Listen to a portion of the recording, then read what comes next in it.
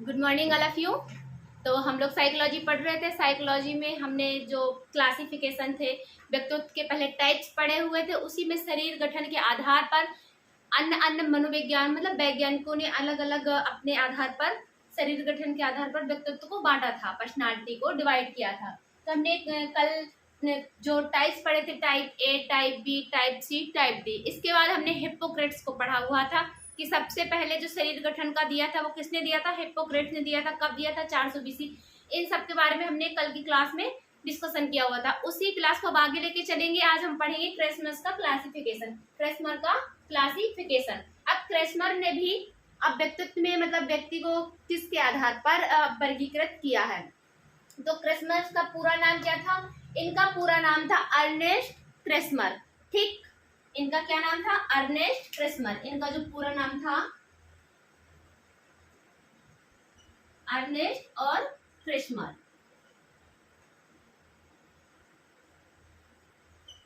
ठीक, इनका पूरा नाम था अर्नेस्ट क्रेसमर और ये कहाँ के थे? ये जर्मनी के थे। ये जर्मनी के थे। कहाँ के थे? ये जर्मनी के थे। फिर इन्होंने 1925 में एक सिद्धांत दिया। कब दिया? 1925 में एक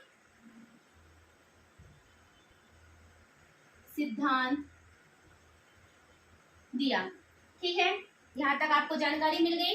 इनका पूरा नाम अर्नेस्ट क्रेसमर थे। ये जर्मनी के थे। 1925 में इन्होंने एक सिद्धांत दिया और इन्होंने एक रिसर्च की पुस्तक भी लिखी। क्या लिखी? इन्होंने एक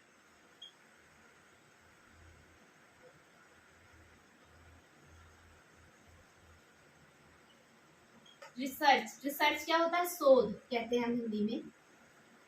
की पुस्तक लिखी। इन्होंने एक अपनी रिसर्च की पुस्तक लिखी तथा इन्होंने व्यक्ति का जो स्वभाव होता है, स्वभाव और कैरेक्टर को देख करके व्यक्तित्व का वर्गीकरण किया। इन्होंने व्यक्ति के किसके आधार पर? करेक्ट स्वभाव और कैरेक्टर के आधार पर।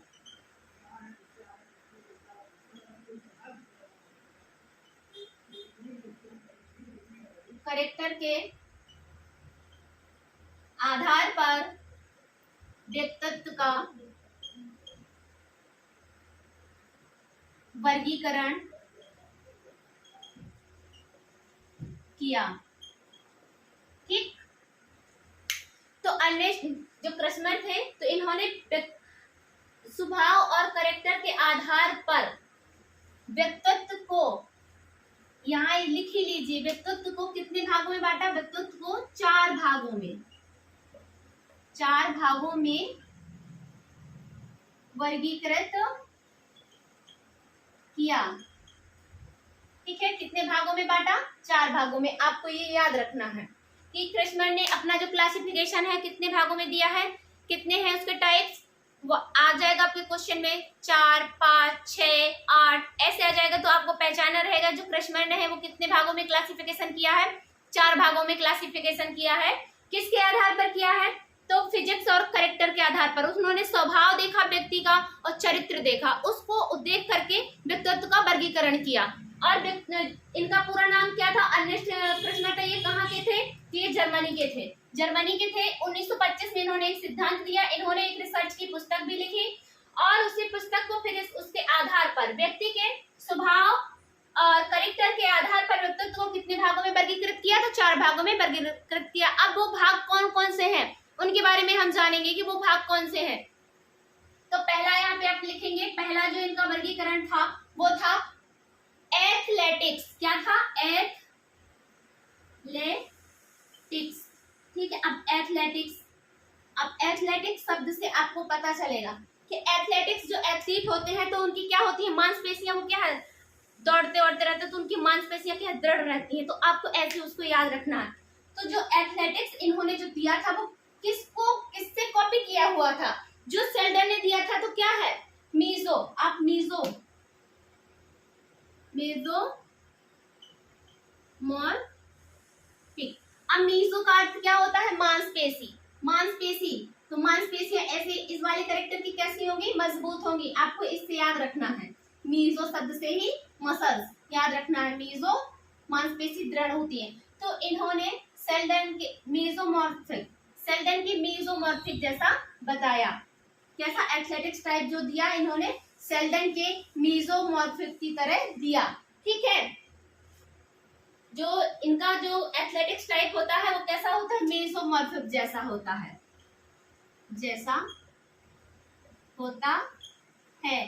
ये किसने दिया था मीजोमॉर्फिक, तो ये आप यहाँ लिख लेना है, सेल्डन ने दिया था। मीजोमॉर्फिक, एंडोमॉर्फिक, एक्टोमॉर्फिक, ये सब किसने दिए थे, सेल्डन ने दिए थे।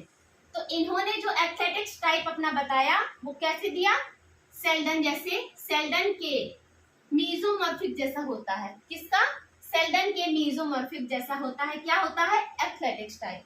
अब एथलेटिक्स टाइप होता है ये, तो अब एथलेटिक्स का क्या होता है, तो इनका शरीर क्या हो जाएगा, अब मांसपेशियां, एथलीट की मांसपेशियां कैसे होती है, तो इनका शरीर बलशाली और मांसपेशियां भी क्या हो जाएगी, मांसपेशियां इनकी मजबूत होंगी।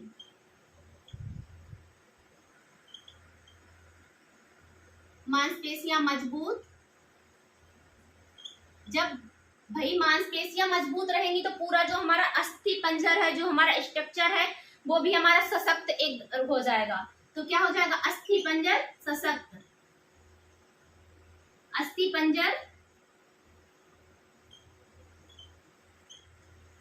पंजर भी सशक्त हो जाएगा।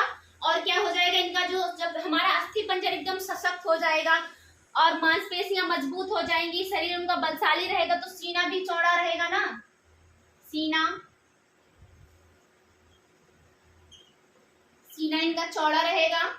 ठीक है, और उभरा हुआ रहेगा, सीना चौड़ा उभरा हुआ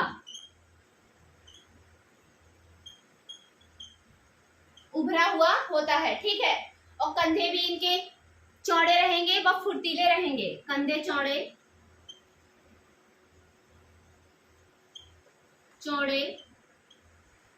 व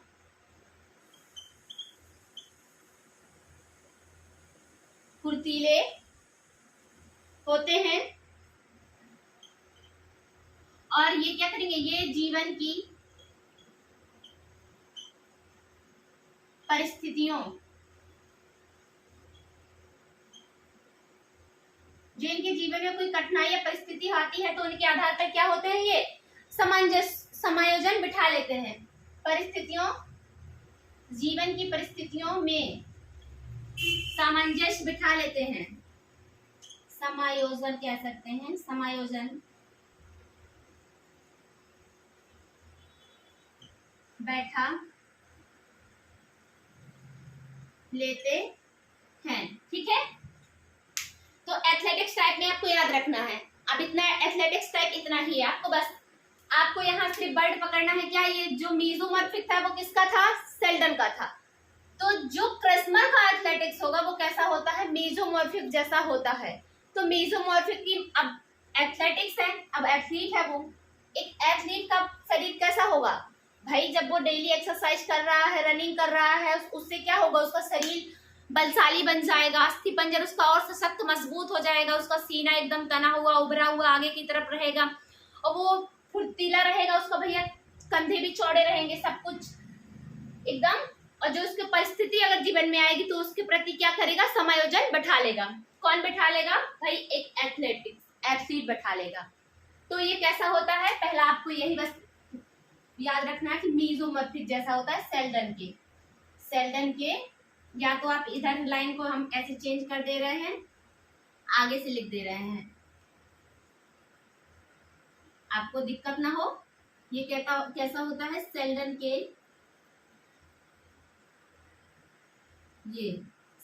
के मीजोमॉर्फिक जैसा होता है। ठीक है, अब लाइन एकदम सीधी हो गई, आपको कोई प्रॉब्लम नहीं होगी याद करने में। अब आ जाए एथलेटिक्स, तो कैसा होगा? सेल्डन के मेसोमॉर्फिक जैसा होता है। अब एथलीट से आप सब लगा लेंगे कि उसका शरीर जो गठन होगा वो कैसा होगा। अब हम दूसरा देखेंगे इनका।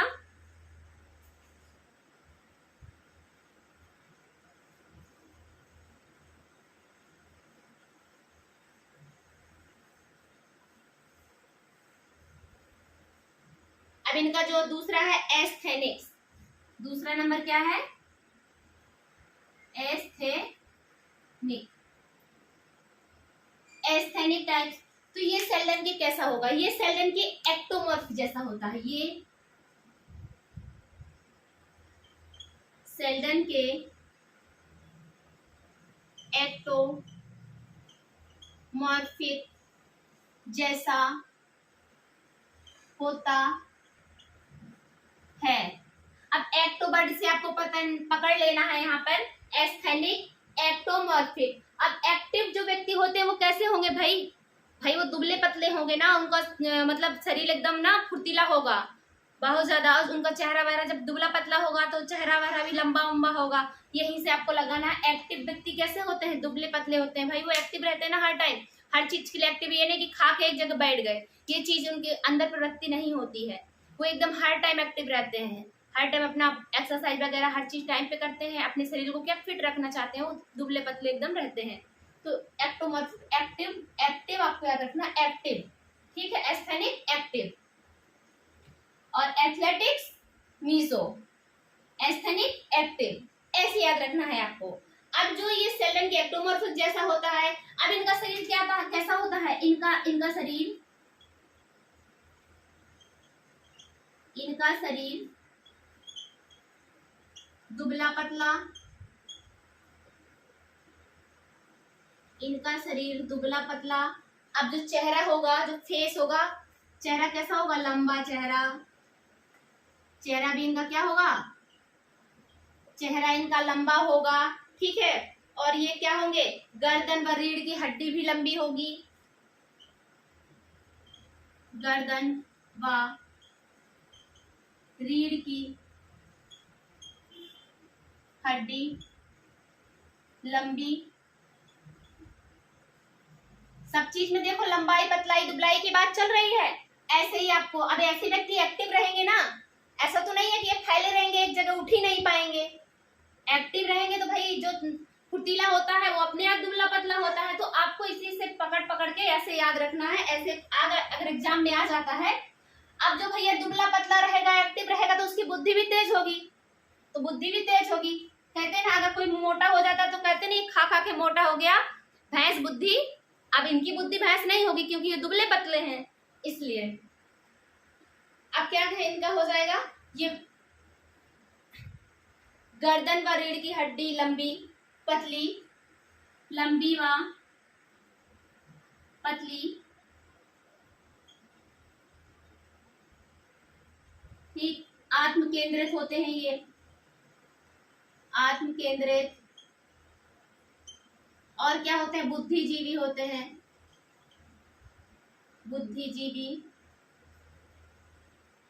इतनी बातें आपको पता चल गई, बुद्धिजीवी होते हैं। स्वभाव शांत होता है इनका,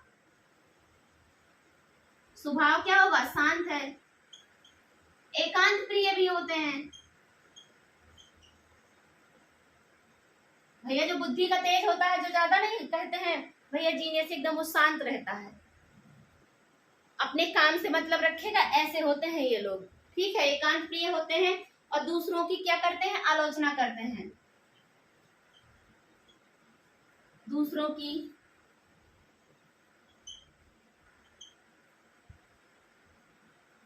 आलोचना करते हैं। अब आपको पता हो गया कि ये सेल्डन के कैसा होता है? एक्टोमॉर्फिक जैसा होता है। आपको ये चीजें याद रखनी है। ठीक है, एक्टोमॉर्फिक जैसा होता है। और दूसरा, लेकिन इनको अपनी स्वयं की आलोचना पसंद नहीं होती है, असहनीय होते हैं, सुन नहीं सकते किसी की बात। ठीक, इन दूसरों की आलोचना करते हैं, लेकिन इन्हें अपनी आलोचना असहनीय होती है।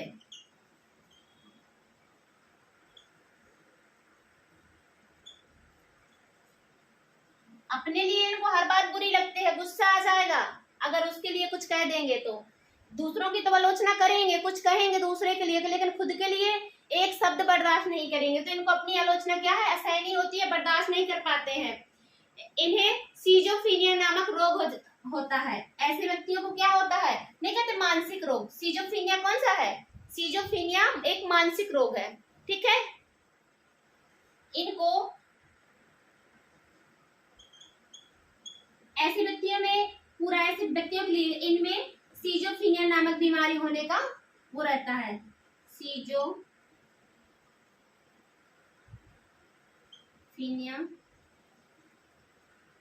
नामक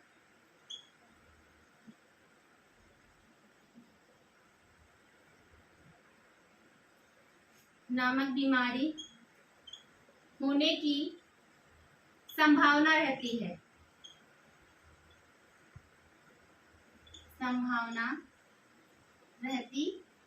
सीजोफ्रीनिया कैसी बीमारी है, यह एक मानसिक रोग है। सीजोफ्रीनिया कैसा रोग है, मानसिक रोग है, ये आपको याद रखना है। सीजोफ्रीनिया कभी कभी आ जाता है, कैसी बीमारी है, तो आपको मस्तिष्क से लगाना है, एक मानसिक रोग है, ठीक है। दिमाग, मेंटलिटी कहते हैं खराब हो गई है, पागल हो गया है। अब ऐसे व्यक्ति को जब मानसिक रोग रहेगा तो इनको कैसी श्रेणी में रखा जाएगा, सीजोआर्ड की श्रेणी में रखा जाएगा। कैसे व्यक्तियों को, एस्थेनिक वाले व्यक्तियों को सीजोआर्ड की श्रेणी में रखा जाता है। इन्हें सीजोआर्ड की श्रेणी में रखा जाता है। आते हैं, ठीक है।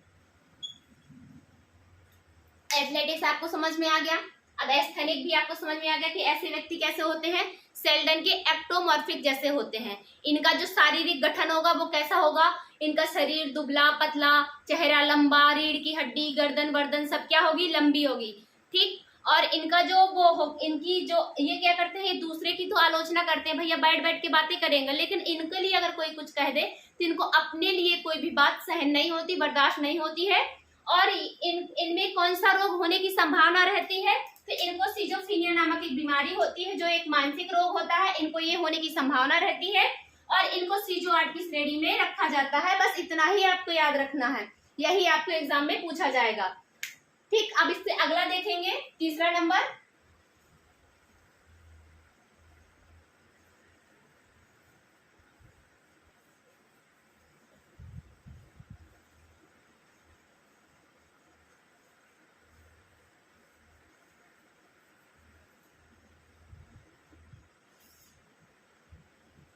भैया तीसरा नंबर देखेंगे अब आगे, पिकनिक। अब पिकनिक, ठीक।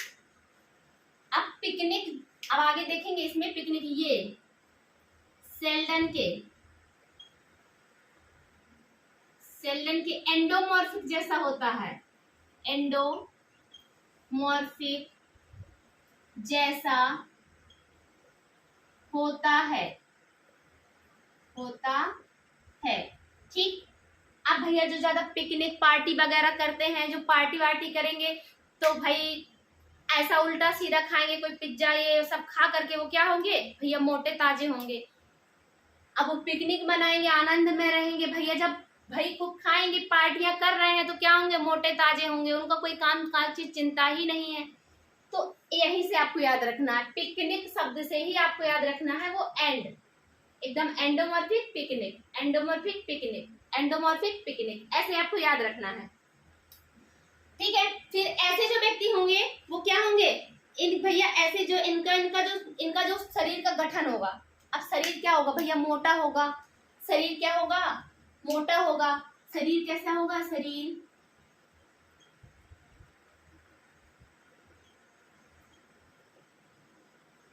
मोटा, तोंद निकली हुई, जो पेट होगा ना उनका तोंद ऐसे निकल आएगा, खा खा के ड्राई फ्रूट्स वगैरह ये सब जितना भी बाहर की चीजें उल्टी सीधी खा के क्या होगा, तोंद निकली हुई। निकली हुई। जहां पर आपको ये शब्द वर्ड आए ना तो आपको पिकनिक में ही लगाना है। तो निकली हुई। कद भी क्या होगा, छोटा होगा। कद छोटा। इनका जो लंबाई नहीं होती है ज्यादा, ठीक है, कद छोटा रहेगा। धड़ बड़ा रहेगा। धड़ बड़ा। ऐसे मोटा जाएंगे खूब, चाहे लंबाई छोटी सी खूब मोटा जाएंगे। और गोल मटोल लगेंगे देखने में, ये भी लिख लीजिए, गोल मटोल। यही लिख देना चाहिए था, शरीर मोटा गोल मटोल। ठीक है, गोल मटोल रहेगा। जब सब कुछ छोटा है तो इनके भैया हाथ पैर भी छोटे हो जाएंगे। हाथ व पैर छोटे। जब भैया हाथ पैर छोटे हैं तो अब ऐसे व्यक्ति का जो अब स्वभाव होगा क्या है। अब पिकनिक पार्टियां करते हैं तो लोग क्या वहां रो के बैठते हैं पिकनिक में, तो भैया हंसते हैं ना सबसे, हा हा हा उससे मिलेंगे उससे मिलेंगे उससे मिलेंगे, सबसे हंसते बोलते हैं ना। तो क्या होगा, इनका जो स्वभाव होगा वो क्या है, शुभ मतलब हंसमुख होगा। क्या कर, हाथ पैर छोटे, हंसमुख, मिलनसार। भैया जब पिकनिक कर रहे हैं तो मिलनसार तो होंगे ना, दूसरे से दोस्ती तो करेंगे ना, मिलेंगे ना, मिलनसार। इनके सभी स्वभाव हैं, आपको ऐसे ही याद रखना है। ठीक है, और दोस्ती रखने वाले भी होते हैं भाई, दोस्ती रखने वाले। अब इतने सारे गुण मैंने बता दिए पिकनिक वालों के। दोस्ती रखने वाले होते हैं, एक दोस्ती रखने वाले भी होते हैं। और क्या होते हैं, आराम तलब भी होते हैं, आराम भी करते हैं ये लोग। आराम तलब, आराम करने वाले। और इनका जो होता है और क्या है, आराम करने, अधिक बोलने वाले भी होते हैं, अधिक बोलने वाले। बोलते हम भी हैं बहुत ज्यादा, अधिक बोलने वाले, बोलने वाले, अधिक बोलने वाले। और ऐसे व्यक्ति अधिक बोलने वाले होते हैं। अब ऐसे व्यक्तियों को कैसी श्रेणी में हम रखेंगे, साइको आर्ट की श्रेणी में रखते हैं। ठीक है, ऐसे व्यक्तियों को उसको सिजोआर्ड की श्रेणी था, ये साइको आर्ट की श्रेणी में रखा जाएगा। इन्हें साइको आर्ट की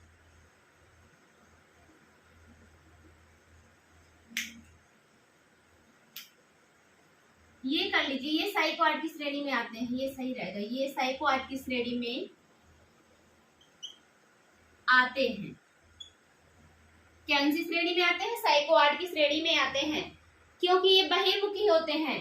सबसे भैया बाहर बाहर दोस्त का घर में अंदर घुस के बैठ के बन जाएंगे, बाहर जाएंगे तभी ना।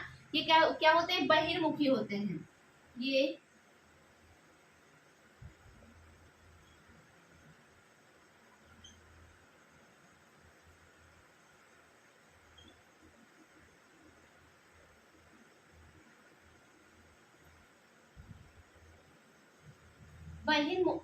ये बहिर्मुखी होते हैं।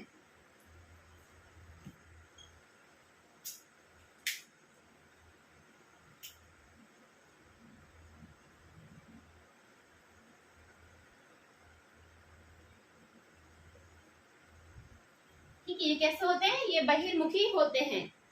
ऐसे व्यक्तियों को मतलब साइकोसिस नामक रोग होने की संभावना रहती है। ऐसे व्यक्तियों को कैसा होता है, ऐसे व्यक्तियों को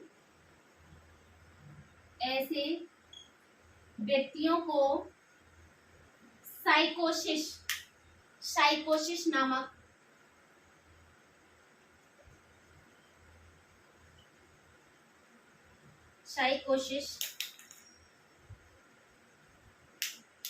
नामक रोग होने की संभावना रहती है।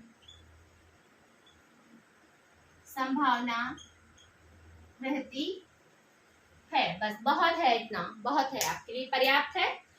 पिकनिक। अब आ जाता है पिकनिक। पिकनिक क्या है? ये सेलन के एंडोमॉर्फिक जैसा होता है। अब पिकनिक वर्ड से ही आप इन सब चीजों को पकड़ लेंगे। जब पिकनिक में जाते हैं तो ज्यादा खाने पीने वाले हो जाएंगे। जब हम ज्यादा खाते पीते हैं तो क्या होता है? हम मोटे होने लगते हैं। जब मोटे होंगे तो गोल मटोल दिखेंगे। अब जो हमारा शरीर तो बहुत बड़ा हो जाएगा, एकदम चौड़ा सा हो जाएगा, और जो हमारे हाथ पैर सब क्या छोटे, गर्दन भी छोटी, ये सब छोटी चीजें दिखने लगती हैं। फिर ये क्या है? बहिर्मुखी स्वभाव के होते हैं। अब जो व्यक्ति ज्यादा खाता पीता है, ज्यादा पार्टियां करता है, वो हंसमुख होता है। इनका जो स्वभाव होता है वो हंसमुख होता है। ये मिलनसार होते हैं, दूसरे से दोस्ती रखने वाले होते हैं। ये सब चीजें इनमें आती हैं। इनको कौन सा रोग होने की संभावना रहती है? तो साइकोसिस नामक रोग होने की संभावना रहती है। इनको से जो साइकोआड की श्रेणी में रखा जाता है, क्योंकि आपको रोग से ही पकड़ना है। इनको ये वाला रोग होता है साइकोसिस, इसलिए इनको कौन सी श्रेणी में रखा जाता है? साइकोसिस, साइकोआड की श्रेणी में रखा जाता है। अब अगला नंबर जो इसका है, फोर्थ नंबर है, वो है डाइप्लास्ट। इसको डाइप्लास्ट भी कहेंगे। फोर्थ नंबर है इसका, इसी का एक टाइप है डाइप्लास्ट।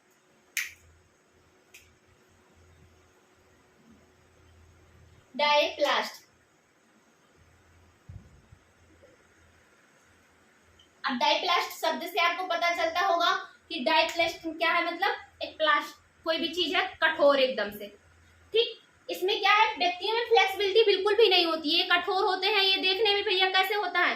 इनका जो हार्मोन्स है वो इनबैलेंस रहता है, और इनमें जो हार्मोन्स होगा वो इनबैलेंस रहेगा भैया। जो चीज एकदम फ्लेक्सिबिलिटी नहीं, कठोर है, तो व्यक्ति ये कैसे, इस प्रकार की जो व्यक्ति होते हैं इस श्रेणी में आते हैं, वो क्रूप होते हैं, देखने में सुंदर नहीं होते हैं।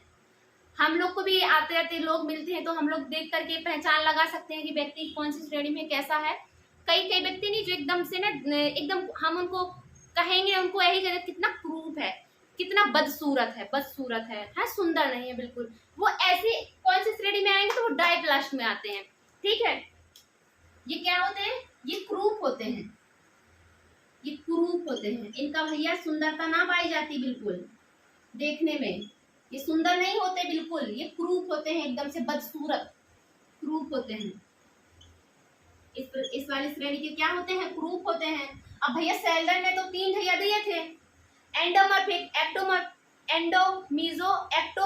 अब वो 3 आ गए। अब ये क्रैसमैन ने एक अलग उठा दिया, तो अलग जब उठाया तो कैसे एकदम क्रूप व्यक्ति रख दिए, एकदम से बेकार वाले रख दिए। क्रूप व्यक्ति आते हैं इस श्रेणी में।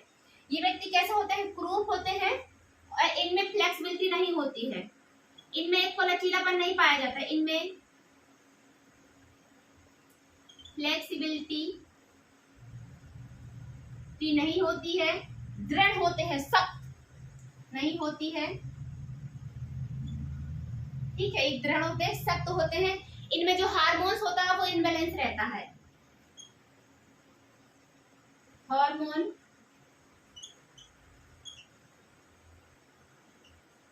इनबैलेंस रहता है, ठीक है भैया। ये क्रूप प्रकार के व्यक्ति हैं। अब हमने आज क्या पढ़ा? क्रेस्मर का क्लासिफिकेशन पढ़ा। अब जो क्रेस्मर थे वो कहाँ के थे? पहला क्वेश्चन, ये जर्मनी के थे। इन्होंने एक रिसर्च की पुस्तक लिखी, और इन्होंने क्या किया? इन्होंने जो व्यक्तित्व का जो वर्गीकरण शरीर गठन के आधार, मतलब व्यक्ति के स्वभाव और करेक्टर को देखकर जो व्यक्तित्व का वर्गीकरण किया, वो कितने भागों में किया? 4 भागों में किया। आपको ये याद रखना है, कितने भागों में किया? 4 भागों में किया। फिर इन्होंने पहला जो दिया वो कैसा? एथलेटिक्स टाइप दिया। एथलेटिक्स जो दिया वो सेल्डन के मीजोमॉर्फिक जैसा होता है। जैसे सेल्डन ने अपना मीजोमॉर्फिक टाइप दिया था, ऐसे ही क्रेस्मर ने अपना एथलेटिक्स दिया, ठीक। अब आपको एथलेटिक्स वाली बॉडी मैंने बता दी कैसी होगी, मांसपेशियां सशक्त, ये सब चीजें उसमें थी। फिर हमने दूसरा इसका पढ़ा था जो एस्थेनिक टाइप, जो सेल्डन ने अपने एक्टोमॉर्फिक जैसा दिया था।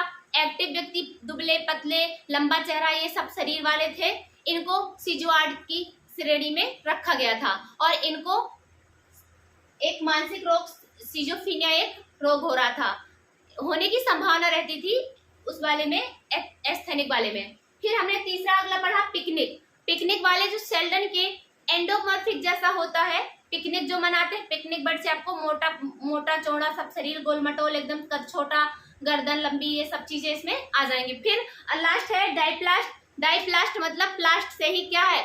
डाई मतलब एक, स्थिर मतलब स्थिर रहता है एकदम सख्त। तो ऐसे व्यक्तियों के क्रूप, इस प्रकार के जो व्यक्ति होते हैं वो कैसे होते हैं, क्रूप होते हैं। इनमें सुंदरता नहीं होती है, इनमें फ्लेक्सिबिलिटी नहीं पाई जाती है एकदम ना। कोई कोई नहीं होता कि भाई मैं झुक ही नहीं पा रहा हूँ बिल्कुल, बहुत मेरी मांसपेशियां बहुत दृढ़ है, ऐसे होते हैं ये। और इनका जो हार्मोन्स है वो इनबैलेंस रहता है। तो आज के लिए इतना ही। अब हम कल की क्लास में हैं तो किसी का क्लासिफिकेशन पढ़ेंगे, या तो जुंग्स का पढ़ेंगे या फिर सेल्डन का पढ़ेंगे, किसी एक का क्लासिफिकेशन। आपको मैं जैसे पढ़ा रही हूँ आपको अपना अच्छे से नोट्स तैयार करना है, अच्छे से बनाना है। ऐसी कोई भी चीज नहीं है जो मैं छोड़ रही हूँ आपके एग्जाम के उससे। मैंने भले ही मतलब छोटा मतलब लिखती हूँ, लेकिन जो आपके लिए है वो एकदम पर्याप्त है। कई जगह से एकदम से वो करके आपको दिया जा रहा है। और भी जो EMRS वाली वैकेंसी क्लब वाली आई है ना, उससे एकदम मैंने सिलेबस में देखा है, ऐसी कोई चीज नहीं है जो मैंने मतलब मैं छोड़ रही हूँ। आपको अपना नोट्स अच्छे से तैयार करना है, अच्छे से बनाना है, आपको हर जगह के एग्जाम में काम आएगा, यहाँ तक कि नेट में भी आपका काम आएगा, क्योंकि मैं हर पूरा एकदम से आपको गहराई से डीप से ही लेकर के पढ़ाती हूँ। आज के लिए इतना ही। Thank you. खुश रहिए, मस्त रहिए। चैनल को लाइक एवं सब्सक्राइब करिए।